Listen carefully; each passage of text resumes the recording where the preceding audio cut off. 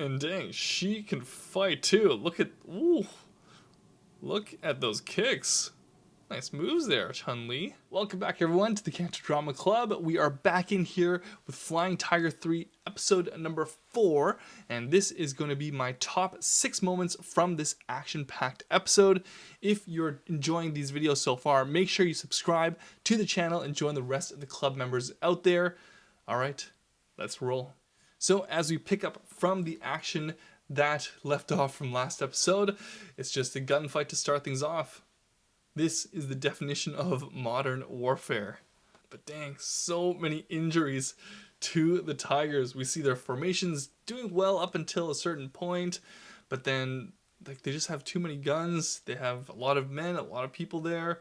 And the worst part is that the terrorists have the high ground. So in any of these types of combat situations, the high ground is always beneficial because it's much easier for you guys to look down on someone and to see the whole picture as opposed to look up and try to shoot upwards. My goodness, this action scene, everyone from the Tiger side are calling for backup, but I mean, there's only so many of you guys available. The Tigers do rescue out Andrew, but oh man, this guy just got shot right in the leg. Ouch. As we see there, Andrew is seizing up. I think he's taken a couple too many beatings and shots. So, oh man, rip Andrew. He is so done for. And at this point, so are the Tigers. Whoa, hero move here. My goodness. Holy, this whole sequence just ends off with a giant explosion. Whew, 7 minutes into this episode and I am finally able to breathe. We then see Aheen back at the police station doing a debriefing, and he does not look well. As the leader of Team A, he has to recall the whole situation and explain himself. If you guys didn't watch this whole sequence by yourselves, please do so because it is a super intense sequence. We find out that in the midst of the chaos, Fansa and Siuyu were backed up into the elevator and were left there for dead. They were just surrounded on all sides. So as Fansa and Siuyu were stuck there, Aheen and Allah had 2 different flanks on the terrorists, and the terrorists actually had an RPG, so they had a missile rocket launcher aimed towards the elevator. From Aheen's side, he had the shot that he needed to take. So they were holding someone hostage. So they were holding one of the faithful members, one of the Tigers, there in front of them. So it was kind of obscuring his shot a little bit, but there was no way for anyone else to take that shot. So it was just intense action. Allah was screaming for him to take the shot. Siuyu was also screaming at him to take the shot. But one person, so it was Fansa, that said, be careful, don't take the shot and hurt the colleague that's there. But there was a moment where he was able to let that shot go, but it was in the matter of seconds. So he had the shot, he took it, but the moment he took it, the guy also fired the missile, and oh my goodness, that look is all you need to see. Siuyu is launched out of the elevator, but dang, that is it for him. Whew. Oh my.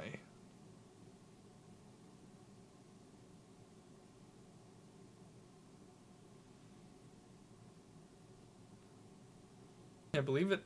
Episode 4. Well, I mean, I guess it makes sense. Episode 4, they had to have a death in it. Killing off Mustache Moses. Oh, man. So sad. And now, what are they going to do? His daughter already told him to resign earlier, and he didn't. She is going to be super messed up because she was already on the antidepressants. Why didn't he just leave the squad sooner like he said he was going to? Oh, man. Because of all this, Aheen just feels super responsible for Fansa's death.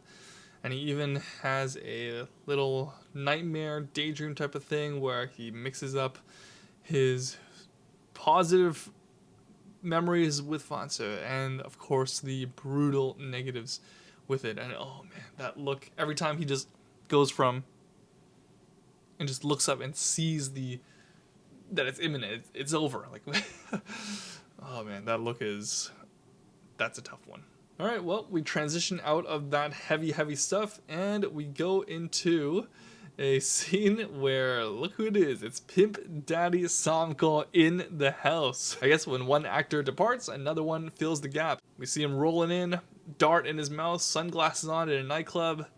Again, I never understood why people wear sunglasses inside of a nightclub. I guess it's with all the lights, but it's so dark. How do you even see? Like whenever I go to any one of these things, which I don't go very often, but when I do, I feel like you already can't see. We see him walk into this place, nice little establishment, I guess, and he walks past the bartender, Japanese spot. They do speak Japanese in there, and he's meeting up with this boss-looking dude. Ah, yes, and it's all about the drugs. So Samko has the money, and this guy has the, I'm guessing it's cocaine or some sort of drug, because he's gonna roll a line.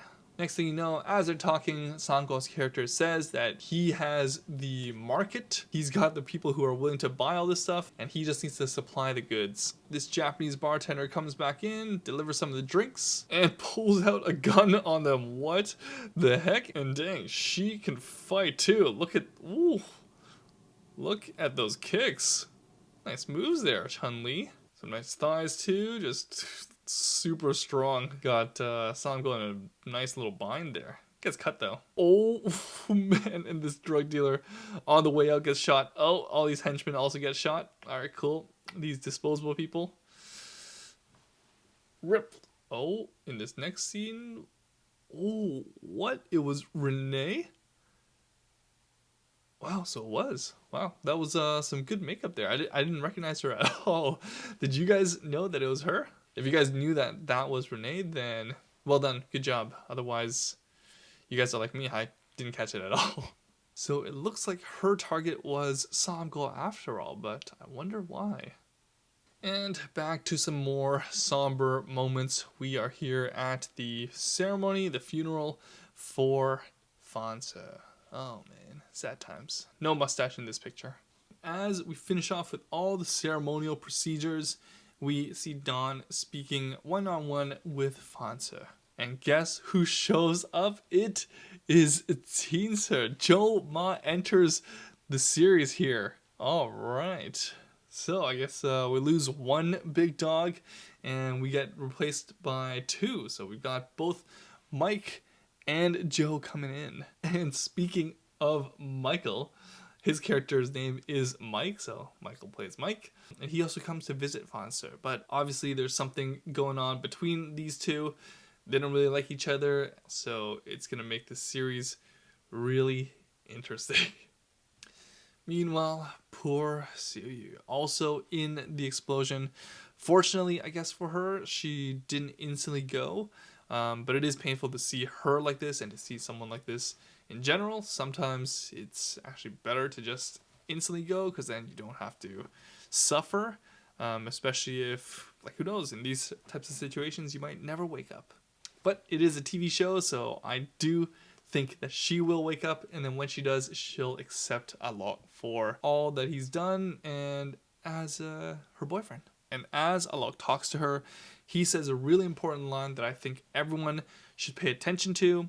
He says that with their line of work, you never know what the next day, the next hour, or the next minute has in store for you. So if you have anything to say or to do, just do it. There is no perfect timing. So that's kind of a reference to when she called him out on not having good timing.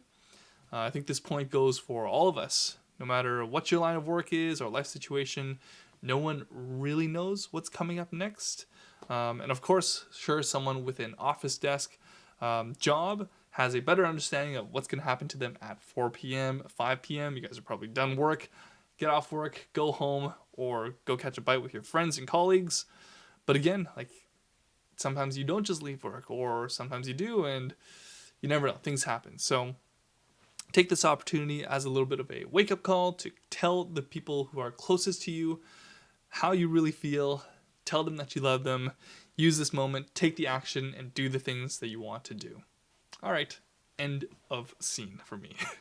So this episode ends with Zinsar introducing himself as the new OC, so the commanding officer, and he has one question for the Tigers, And that question is, how did you all get injured on that day? He asked them all individually about this. I feel like he's one of those bosses and leaders who just make you fear for your life, but you respect the heck out of them because you know it's just tough love.